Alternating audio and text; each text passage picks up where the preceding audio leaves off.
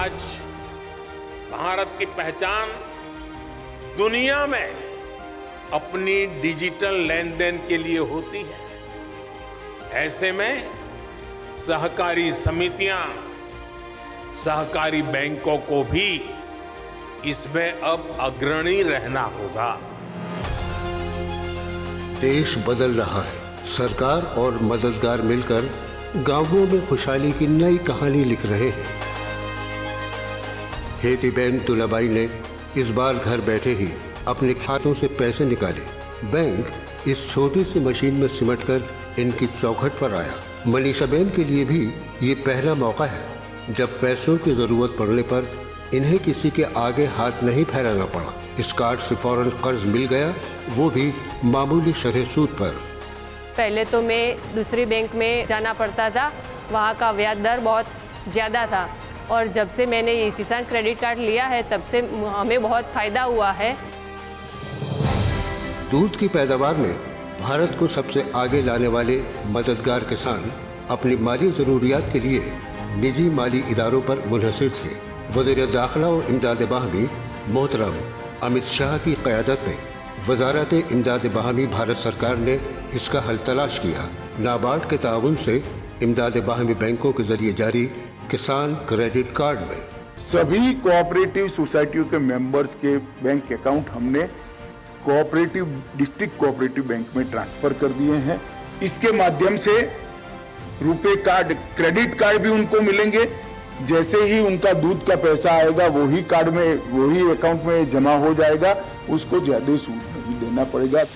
इमदाद बाहमी वजारत की पहल पर रुपए किसान क्रेडिट कार्ड अब एक मुहिम के तहत सभी बुनियादी कमेटियों के अरकान को दिए जा रहे हैं। इस कार्ड से की गई नकद निकासी पर उन्हें मौसर तरीके से 4% सालाना सूद देना पड़ता है। इसके लिए इमदाद बाहमी कमेटी और उनके अरकान की जिला या सूबाई इमदाद बाहमी बैंक में खाता खोलने के लिए भी हौसला अफजाई की जा रही है।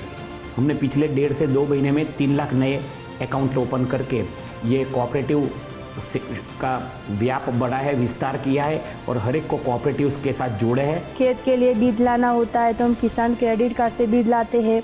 जैसे पशु के लिए दाना, घास, चारा लाना होता है तो वो हम किसान क्रेडिट कार्ड का उपयोग करके वो लाते हैं।